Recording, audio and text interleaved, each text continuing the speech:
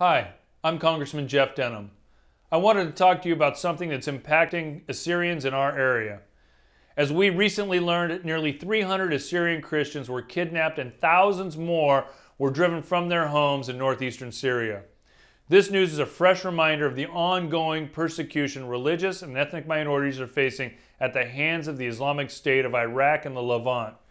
This latest act in a campaign of terror is leading us at an ever-quickening pace to the elimination of communities that have lived in the region for over 4,000 years. We must call these practices of ISIS what they are: genocide.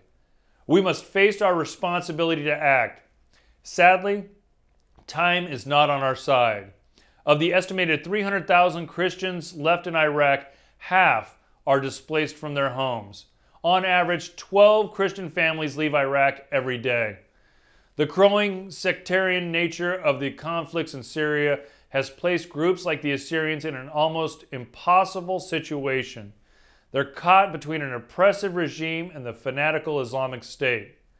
Thousands of American soldiers have bravely led the campaign to halt the advance of ISIS in Iraq and save the town of Kobani in Syria. I salute these soldiers.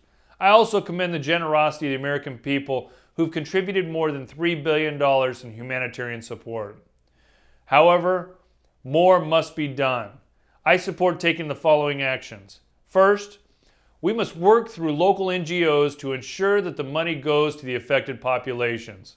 Second, the President must immediately enter into consultation with Congress to increase the number of refugee visas available. The vast majority of Iraqis and Syrians would like nothing more to live with dignity in their homeland, but we must recognize the immediate danger faced by so many and facilitate their entry into the United States.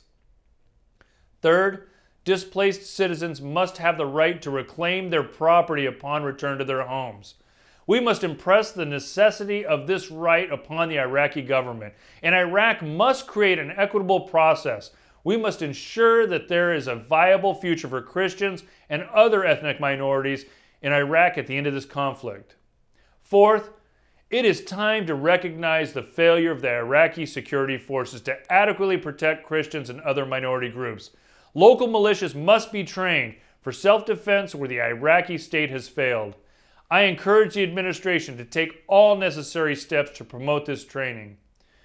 Recently, we marked the 70th anniversary of the liberation of Auschwitz. At that event, world leaders gathered to declare that never again would we allow such a crime to be committed. Well, words are one thing. Action is another. It is time to act.